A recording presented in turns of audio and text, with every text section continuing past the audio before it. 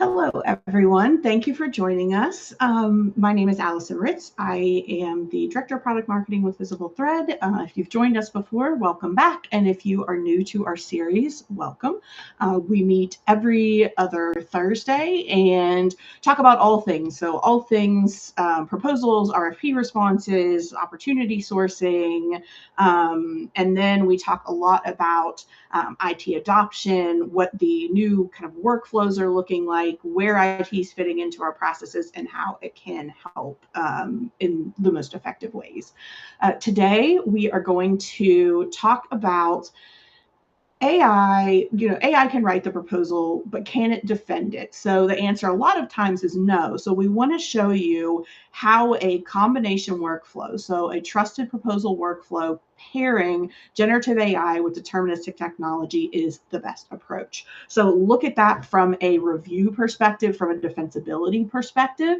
And then I'm going to show you at the end, we'll take, 5-10 minutes probably, jump into the VisibleThread platform and show you our approach. So in the front end, we're going to just talk generally about what these workflows look like, how we can best defend our work, how we can bring AI into the fold in a responsible way and in a way that's going to benefit us most, that's going to give us the greatest benefit, but at the same time, make sure that everything is safe and secure. So we will get kicked off. And just housekeeping, this session is 30 minutes. Like I said, we'll do about 20 minutes of slides, 10 minutes live in the VT platform and talk about how we address these things. So let's go ahead and dive right in.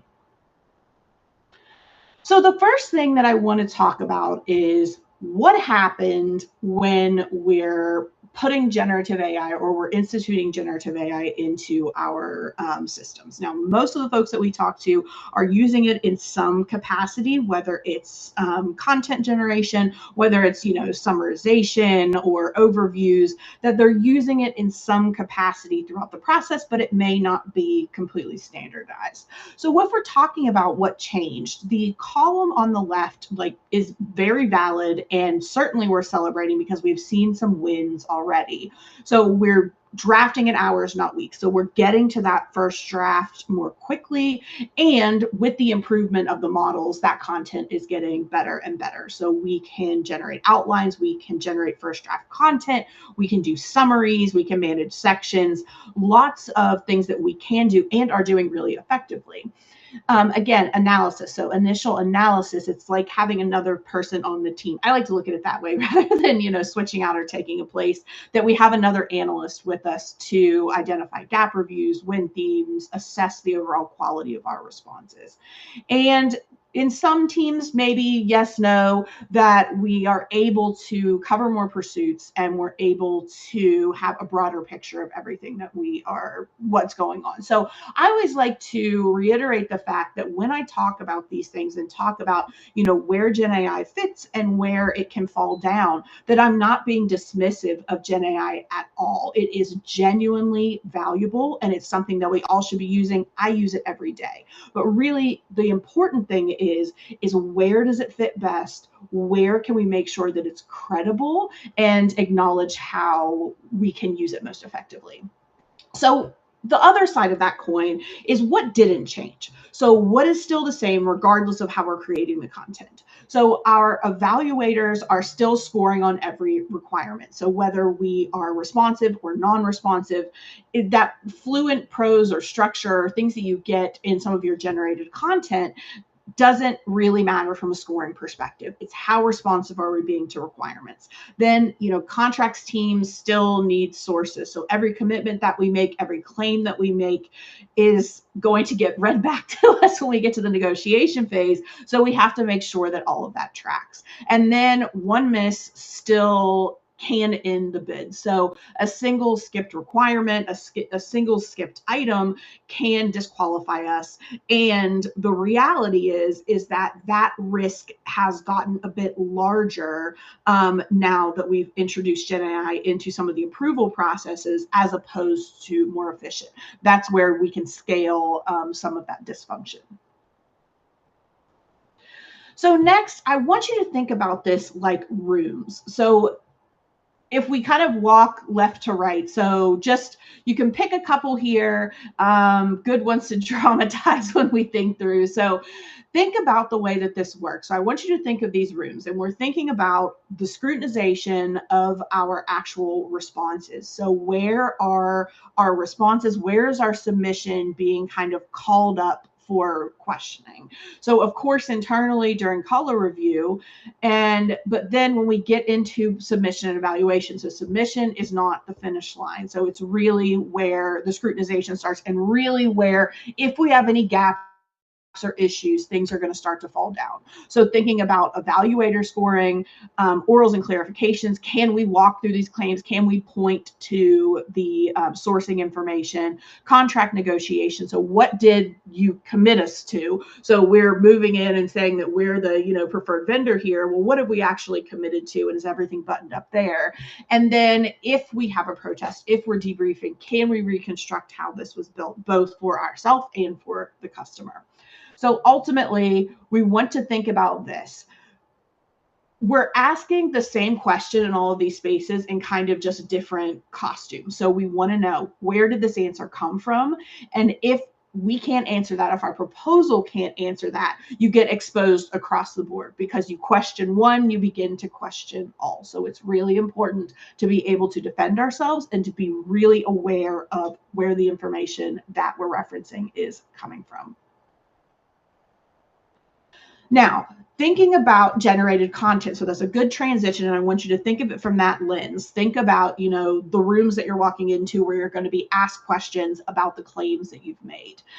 So where generated content can crack under that pressure are really in these three spots. So we want to make sure that, oh my goodness, I'm so sorry. Touched the wrong button and then it disappears on me. Okay, I apologize. User error. Okay, so really thinking about our fabrication. So the model is going to fill the gaps with plausible text. So the danger isn't that the fabrications look wrong, it's that they look perfect. Everything looks wonderful. And it becomes a little bit harder to review. When we were doing historic, so if you're thinking about historic reviews in Pink Team, Red Team, looking at the content, it was really easy to identify, improper language being used, structure, grammatical issues. It was kind of a, shining light onto areas where there were issues or gaps or what we needed to fix.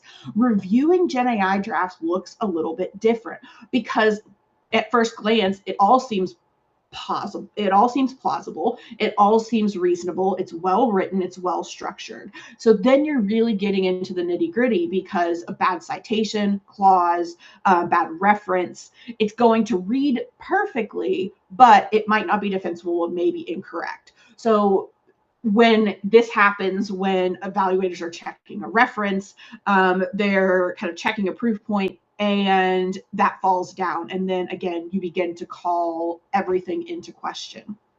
So the second block here is drift.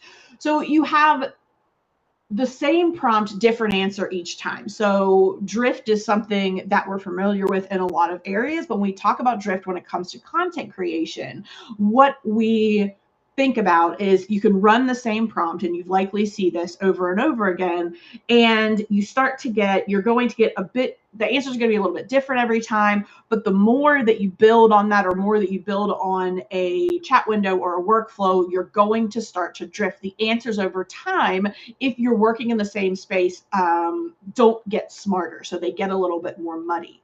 So this is a real problem when our compliance position can change during the week, and things change all the time as we're working our responses and working through negotiations and those types of things. So we can't say exactly which was right. So if we've changed positions, or we're changing an approach on our end, those things are going to, and then we're working in the same workflows, you're going to get some drift, because the model doesn't have the capability to understand the nuance there. So if we, for instance, rerun an analysis at color review, you may get a different result. So you want to make sure that all of the claims that you're making and all of the content that you're creating is continuing to follow your guidelines that you've laid out in the front end. And then no trail. So this is the biggest one. So when we're generating text, we need to be able to reference back at any time to the claim that was created. So even if we are creating the content, we're aware that that is correct, but without a path to evidence, without a way to prove what you're writing and show the exact source material, correct and invented start to look the same. And if you can't walk a claim back and show the proof, then things can fall short as well. So ultimately, the big thing here is all of these can be fairly invisible in the draft. So they only are going to show up under pressure, which obviously is the worst time to discover them, but it speaks to two things. One, how we create our content and our governance in the first place. And two, how the structure of reviews are going to be changing the more AI that we insert into our scenarios. Okay, so I want to talk about defensibility. So what does that really mean? What do we need to do and how can we test that? So obviously everything needs to be traceable. Every requirement, risk flag, claim points, every piece of information we're using to justify or qualify needs to be defensible, and not just defensible, you have to be able to trace it to where it came from, real documentation in your end. So it is a show me the source situation. I've made a claim, can you show me the source? What we don't want to happen is Gen AI made a claim that we know is correct, but then we actually are not sure where it came from and can't show the source.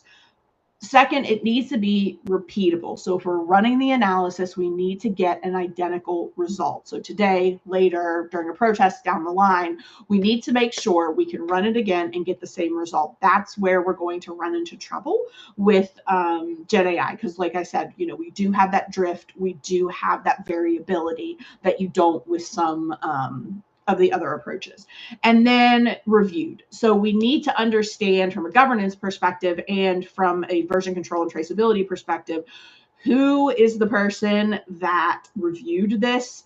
What did they flag? What did they clear? So who verified that this was correct? And what does our review process look like? Incredibly important with using Gen AI. So if we can pass all three of these tests, the proposal is going to stand on its own. But the issue is that generative AI doesn't pass any of them. You have to install or you have to work with safeguards and kind of build guardrails with other types of technology in order to make sure that this stands up. So what does that look like in practice? So what does a response workflow look like that can be easily defended? So here we are putting in two different elements, and this is just from a technological perspective, the deterministic piece and the generative AI piece.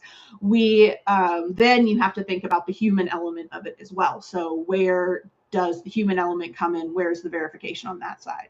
But ultimately, we need to approach this in a couple different ways and point the technology to what it's good at. So requirement shreds are best run with deterministic approach. So running will, shall, must dictionaries, running contracts and risk dictionaries, running specific language extractions. We can run those. They will look the same every single time. It will be tied to the exact location. There will be no room for interpretation or judgment. So therefore, we're not going to have any misses. Then, what kind of we're coming with is our compliance matrix that is verifiable, that we can justify, and that we can trace back the information to. Then looking at outline generation, excellent use case for Gen AI. So Gen AI is going to build that structure against our deterministic requirements list, against the requirements and the structure laid out in the solicitation. And then you can kind of line up section L&M if we're talking about the structure that they're looking for, evaluation criteria. So humans here are a big part of this process, that you absolutely can use AI to generate an outline. You should never, ever, ever use AI to generate an outline and take that as an ending point and run with it. So you can use generative AI to outline and map to the matrix. And then you have an excellent starting point, an excellent kind of skeleton. That's why I think about it as a skeleton in the sense of we have the bones built, and now we're going to have to do the work in between. So excellent use case there. Grounded drafting. So making sure that, yes, we're drafting content with Gen AI, but we're grounding everything to our collection. So our past performance technical references, our approved content, our best in class content, and we have to make sure that that's referenceable for a source document. So that's the way that we can use Gen AI for content creation in a real meaningful way. And then deterministic from a compliance check. I say it's like the guardrails, it's like the bumpers in a kid's bowling lane. That like it's a sanity check at the end. You have to come back to that deterministic technology and those deterministic approaches to make sure that all claims are verified, all acronyms look good, our definitions are correct, we're using customer language. Those are things that we need to be sure of. We can't take a summary, we can't take, a pass or an overview. We have to make sure that those are accurate in this line of work. So governance, how does this hold up at scale? So dictionaries, we're not trying to make judgment calls here. We need rules, requirements, structure that everybody is going to follow in order to make sure that this is scalable and it's not just our institutional knowledge living with our SMEs or in our, folks that have the most experience.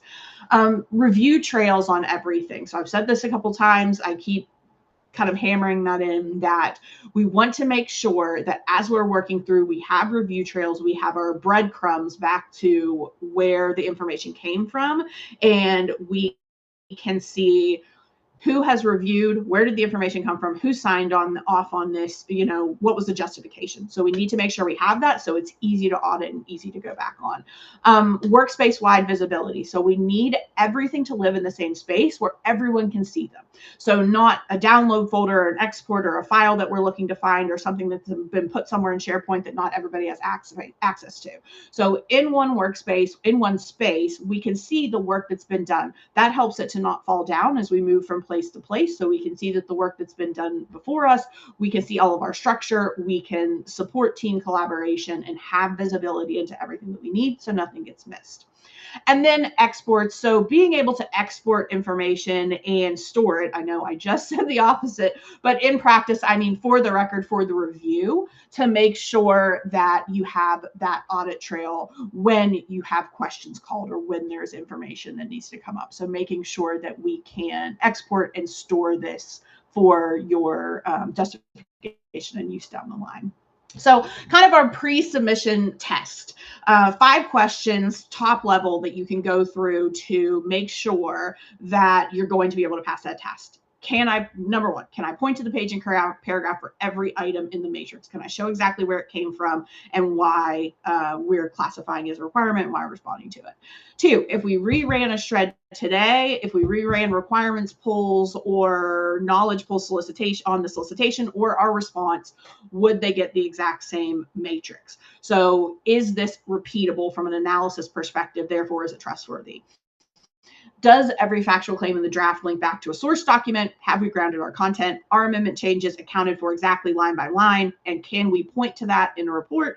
And then is there a record of who flagged, reviewed, cleared each item? So can we show who our reviewers are and make sure that we're accountable for everything that we're claiming? So 3 things to kind of take away. Judge by the hardest question. I also say this when you're thinking about where AI should fit in. What is the risk of being wrong? So if it is a huge risk of being incorrect, that's likely not a good Gen AI use case. In this instance, we want to judge by the toughest question that it's going to face after submission. So excuse me, I'm sorry, my allergies are going crazy. But we want to make sure that we look at what is the hardest thing that we could be asked. Can we answer that question? And then work down from there.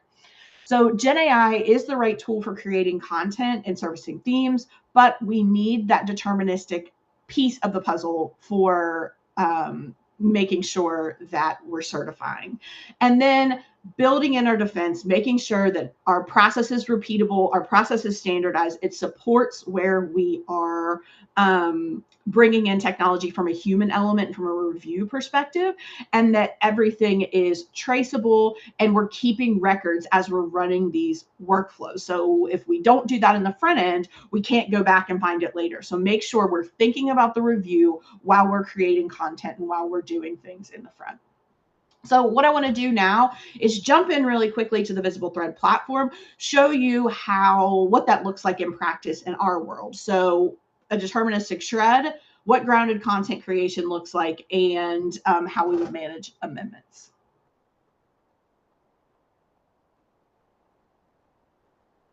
So let me go ahead and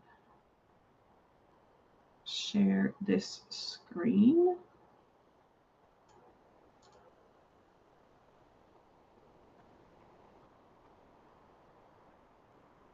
I apologize. Hello, everyone. I want to make sure that I'm sharing my screen in a way that you can see it best.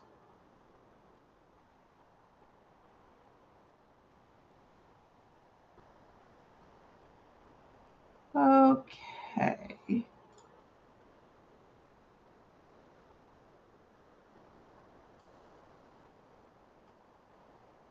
Sorry, I have a little bit of a delay.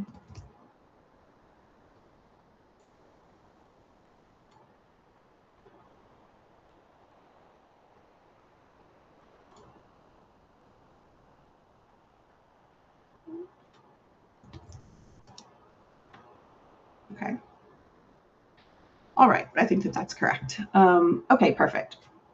So what I want to do is then focus in on those few things. So quickly, I want to just talk about what a deterministic shred looks like in the platform and why that's important, and then grounded content creation. So focusing on some of those deterministic pieces. So for those, we don't have a ton of time, so I don't go through everything. Obviously, can follow up on this if you want to learn more about VisibleThread, or if you're new to us or new to the new platform. But these are our kind of engines that follow things, our search dictionaries. Those are repeatable and those are standardized every time. So if it's there, it's going to show 100% of the time. So we have no room for error or for any drift here. Collections is where we're storing our source information, so the documents that we're going to use to create this content. And then our prompt library are our prompt shortcuts and structures that are going to allow us to make sure we're standardizing the content that we're creating across teams by using the same type of structure, call out, and content analysis in our prompts. So I'm going to click here into my proposal section in the VisibleThread platform. You can manage all proposals in process. So we can see who started those proposals. We can see who created the reviews, where the reviews are. So that supports what we were talking about when we're thinking about the sort of breadcrumbs that we're creating to make sure that we know who's doing what and that it's auditable. I'm going to click into an opportunity and we'll talk about a couple different things. So I have all of my opportunity information here, all of my documents associated with the opportunity, and I want to talk about doing a quick shred. So I have a lot of things happening here. I do a lot of testing in my environment, so I apologize for that, but I'm going to go ahead and shred. So we will just title this for us and then choose my document. So any document associated with the opportunity I can choose. I'm just going to select this solicitation, confirm, and then choose a dictionary. So like I said, all of these dictionaries, everything that's there from terms to phrases to patterns to structures, everything is repeatable and everything will be the same every time you run it. In this instance, I'm going to do a risk-specific, sort of risk-specific contract risk dictionary, and then run the shred. So when I run the shred, after a couple seconds, my results will pop up here.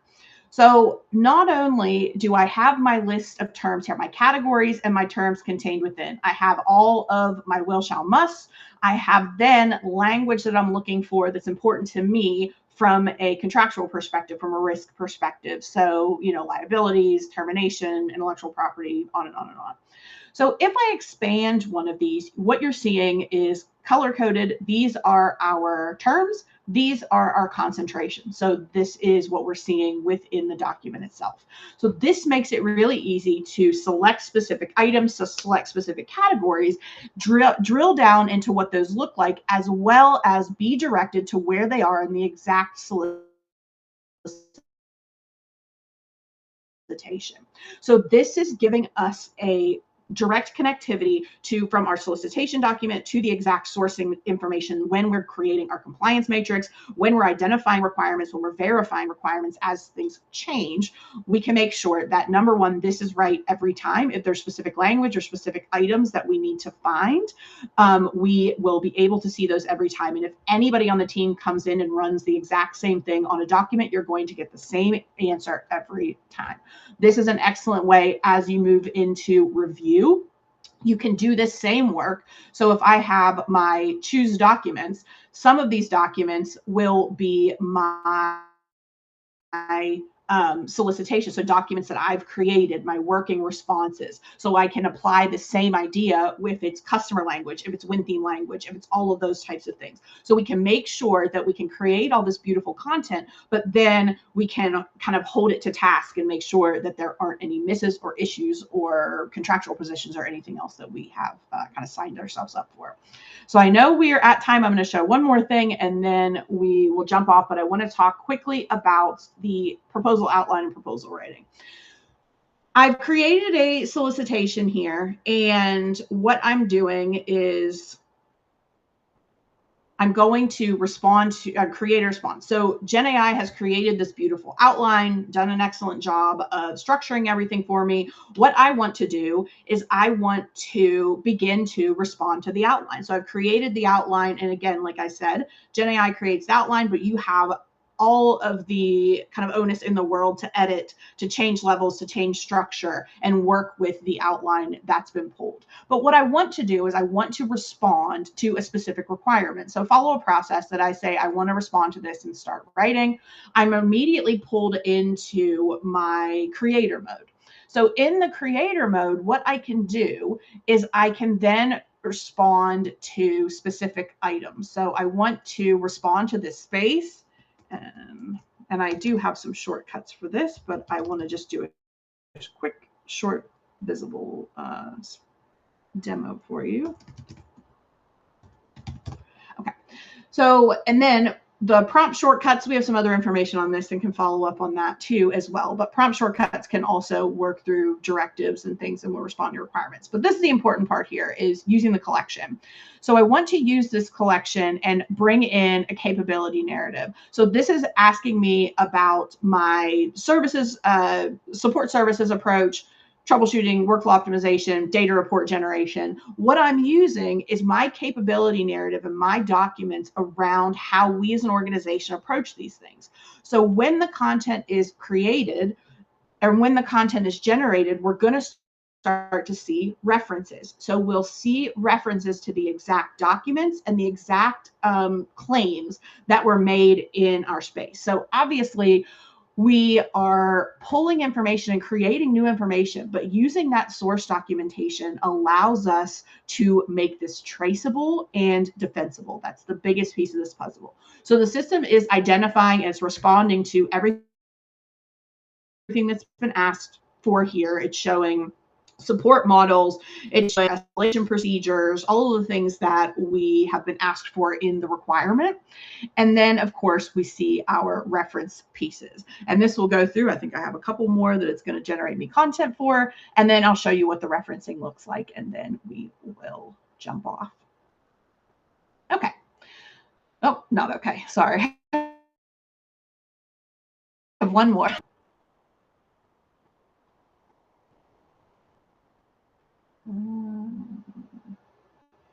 Resolution. All right. This is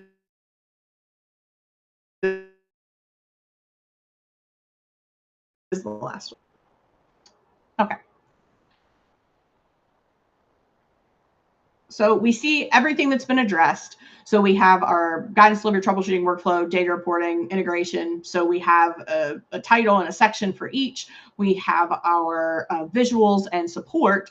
But this isn't just information that looks really nice that the LLM came up with. So I want to click on some of our references here. So if I click on this reference, I then am pulled out and I see the exact spot in my capability narratives, in my information, that this was pulled from. So this is the reference material. This is the content we've created. We have a direct line to that, which allows you to defend any claim in any position that you are making throughout the process.